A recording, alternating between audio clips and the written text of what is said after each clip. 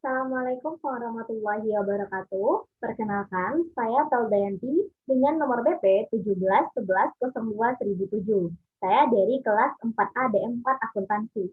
Kali ini saya akan mempresentasikan mengenai laporan praktik kerja lapangan pada Koperasi Keluarga Besar Semen Padang atau yang biasa disingkat KKSP.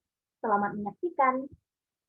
Pertama, kita masuk ke bagian pendahuluan, yaitu latar belakang.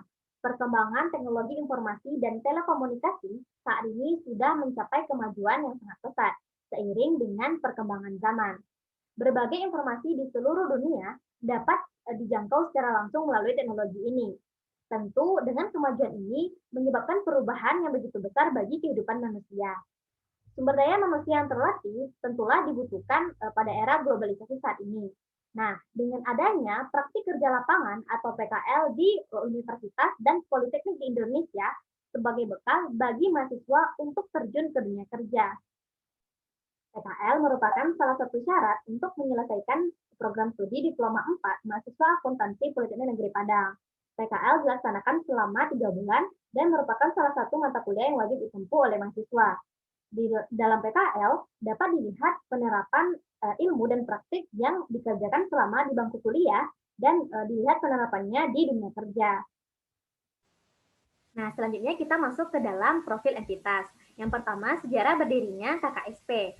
Nah, sebelum Koperasi Karyawan Semen Padang ini didirikan, pada awalnya hanya berbentuk unit toko yang dikelola oleh swasta dengan nama Toko Sesiba.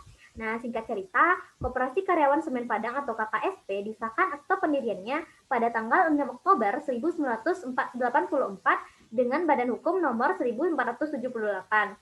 Nah, kemudian atas permintaan anggota dalam rapat anggaran tahunan masa bakti 1987 pada tanggal 31 Maret 1988 berubah nama menjadi Koperasi Keluarga Besar Semen Padang atau yang biasa disebut KKSP dengan Badan Hukum nomor 1478A.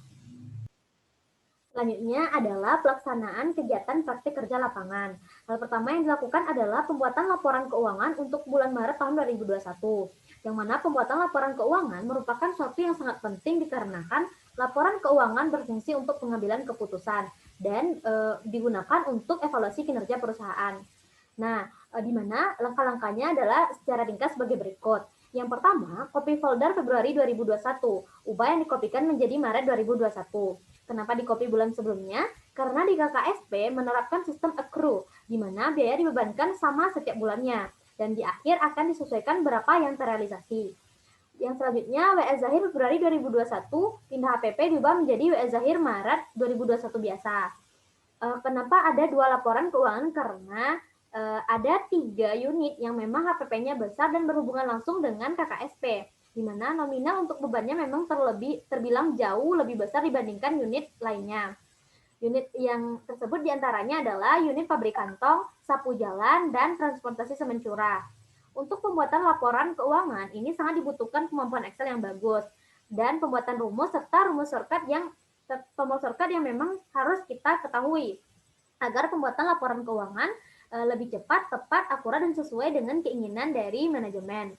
Contoh rumus yang digunakan oleh penulis adalah if error VLOOKUP.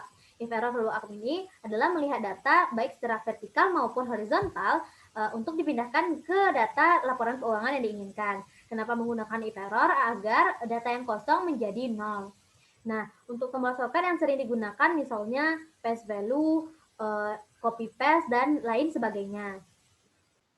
Selanjutnya, pengecekan terhadap voucher Girobank. KKSP memiliki Girobank Mandiri yang terdiri atas tabungan bisnis mandiri, Giro Mandiri KKSP, Giro Mandiri Simpan Pinjam, dan Giro Mandiri Simpan Pinjam 2, serta Giro Bank BRI.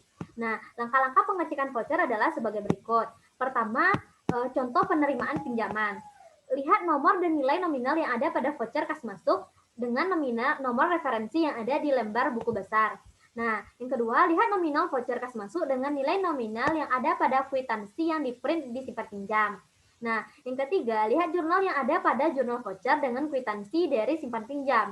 Yang keempat, lihat tanda tangan pada voucher kas masuk jika ada yang kurang segera laporkan. Nah, jika voucher tersebut dirasa kurang, maka laporkan kembali ke bagian unit simpan pinjam. Nah, untuk pengecekan lainnya seperti penerimaan piutang semen curah, penerimaan piutang SPBU, itu langkahnya hampir mirip dengan penerimaan pinjaman.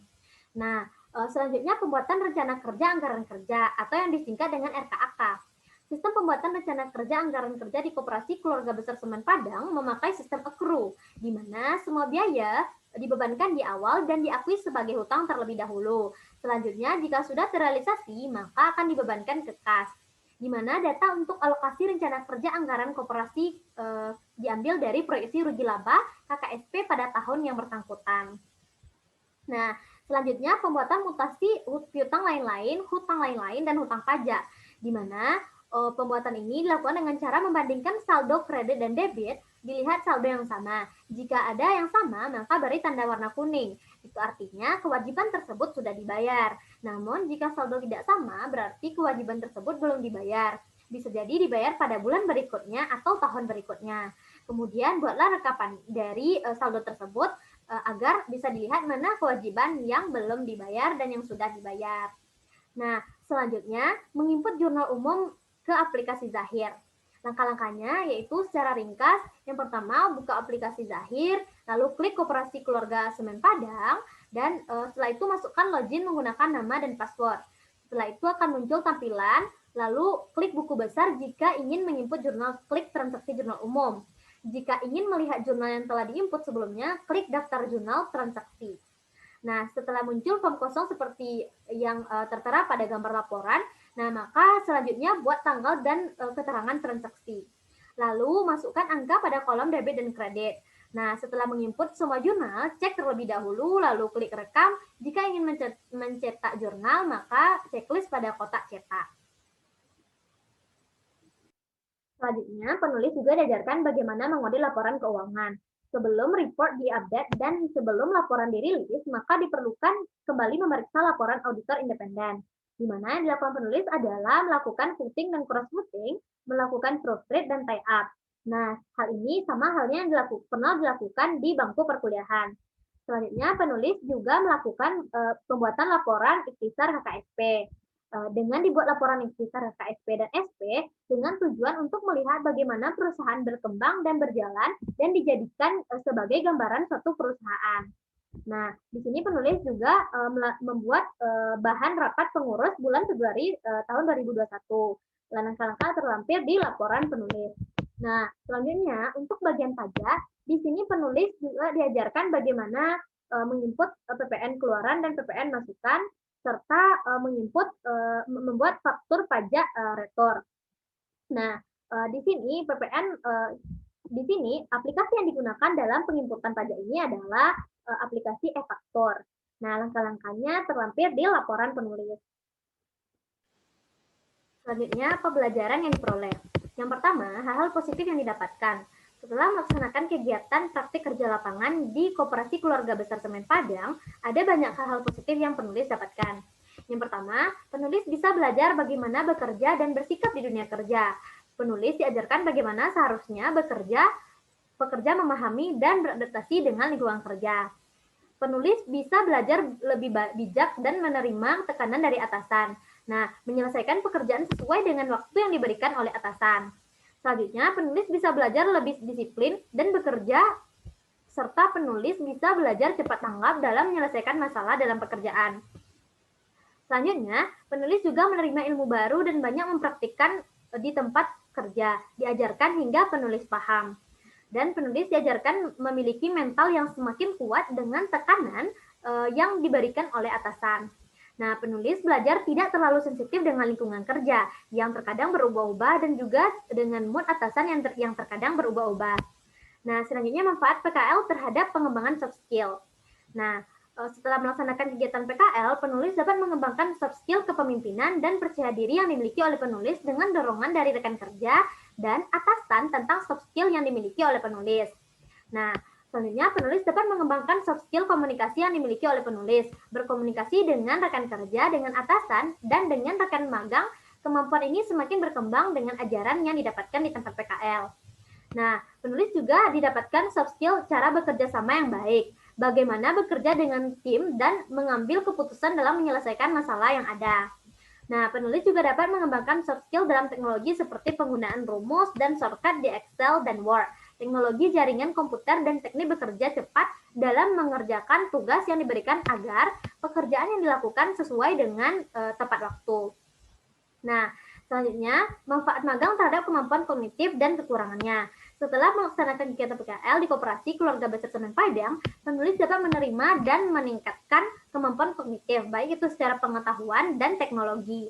Nah, penulis selalu dituntut paham sesuatu dan mencari terlebih dahulu pengetahuan yang belum pernah dipelajari sebelumnya. Dan setelah itu diajarkan oleh karyawan di sana bagaimana sesuatu harus dikerjakan, baik itu rumus maupun trik dalam mengerjakan pekerjaan kantor. Nah, selanjutnya identifikasi kunci sukses dalam bekerja. Yang pertama, sholat. Dengan sholat, semua yang kita kerjakan akan diridhoi oleh Allah Subhanahu wa Ta'ala, dan semua yang kita rencanakan akan berjalan dengan semestinya. Yang kedua, menghormati orang tua. Yang ketiga, disiplin. Yang keempat, rajin. Yang kelima, percaya diri. Dan yang keenam, bersabar. Nah, selanjutnya rencana perbaikan pengembangan diri, karir, dan pendidikan. Setelah melakukan praktik kerja lapangan, nah penulis menyadari bahwa banyak kekurangan secara soft skill, baik itu dari segi pengetahuan dan teknologi. Sehingga penulis akan lebih meningkatkan dan mengembangkan soft skill dengan lebih baik lagi dari yang sebelumnya. Karena di dunia kerja, soft skill juga sangat diperlukan. Contohnya penulis masih banyak belum mahir dalam menggunakan rumus pada Microsoft Excel, dan penulis juga masih sering ragu-ragu dalam mengambil keputusan. Serta penulis juga masih perlu meningkatkan kemampuan dalam bidang akuntansi lebih mendalam.